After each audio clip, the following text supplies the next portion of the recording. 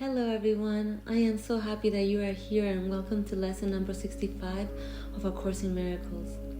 My only function is the one God gave me.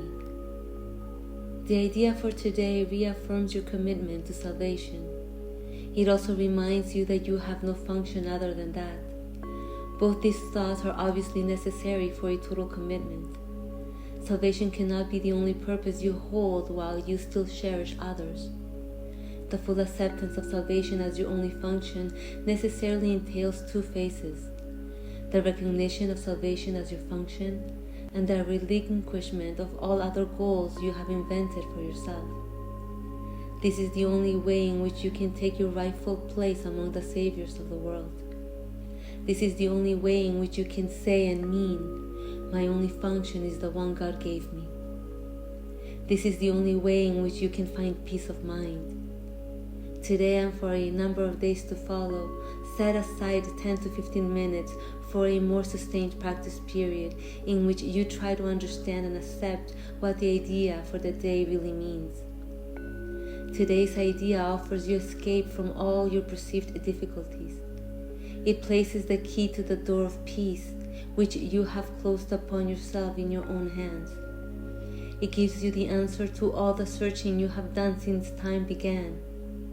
Try, if possible, to undertake the daily extended practice periods at approximately the same time each day. Try also to determine this time in advance and then adhere to it as closely as possible. The purpose of this is to arrange your day so that you have set apart the time for God, as well as for all the trivial purposes and goals you will pursue. This is part of the long-range disciplinary training your mind needs so that the Holy Spirit can use it consistently for the purpose He shares with you. For the longer practice period, begin by reviewing the idea for the day. Then close your eyes, repeat the idea to yourself once again, and watch your mind carefully to catch whatever thoughts cross it. At first, make no attempt to concentrate only on thoughts related to the idea for today. Rather, try to uncover each thought that arises to interfere with it. Note each one as it comes to you. With as little involvement or concern as possible, dismissing each one by telling yourself, "This thought reflects a goal that is preventing me from accepting my only function." After a while, interfering thoughts will become harder to find. Try, however, to continue a minute or so longer, attempting to catch a few of the idle thoughts that escaped your attention before. But do not strain or make undue effort in doing this. Then tell yourself, "On this clean slate, let my true function be written for me." You need not use these exact words, but try to get the sense of being willing to have your illusions of purpose be replaced by truth. Finally, repeat the idea for today once more and devote the rest of the practice period to trying to focus on its importance to you, the relief its acceptance will bring you by resolving your conflicts once and for all, and the extent to which you really want salvation in spite of your own foolish ideas to the contrary.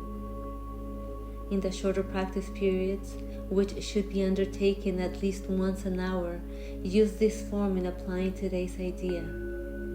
My only function is the one God gave me.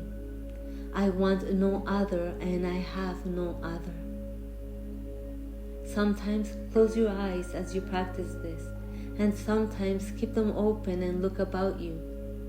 It is what you see now that will be totally changed when you accept today's idea completely.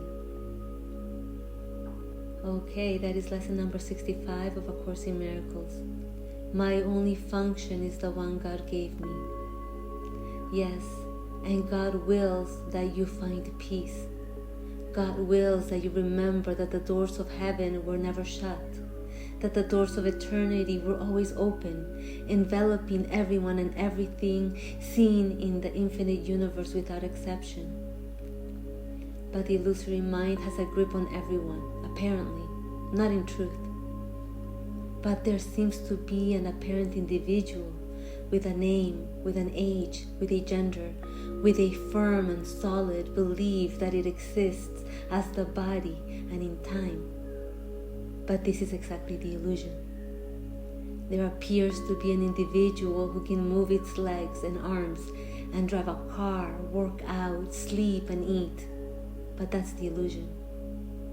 There seems to be choice in deciding what it wants to eat or what it likes to wear, but that's the illusion. There are no individuals. There is only God in action. God being the only activity, the only intelligence, appearing as all sentient beings, including you, now. And your function is to realize the illusion of the individual mind, and thus of time. But are you willing to give up all worldly functions? All worldly idols? You know, the ones that get in the way of realizing the eternal kingdom now? The ones that keep us engaged in the meaningless chit-chat of the mind. You see, there seems to be choice. I say seems to, because there is no me, no you, nor us. But this lesson is asking you to consider your apparent choice. How willing are you to be present? How willing are you to take time to meditate on who I really am? I am being the space between thoughts, the sky beyond the clouds, the eternal I am, the clean slate of this present moment, the emptiness of the eternal now, the nothingness of the kingdom of heaven. I hope you enjoyed practicing lesson number 65. Please let me know if you have any questions, and see you tomorrow for lesson number 66. Have a wonderful day. Bye.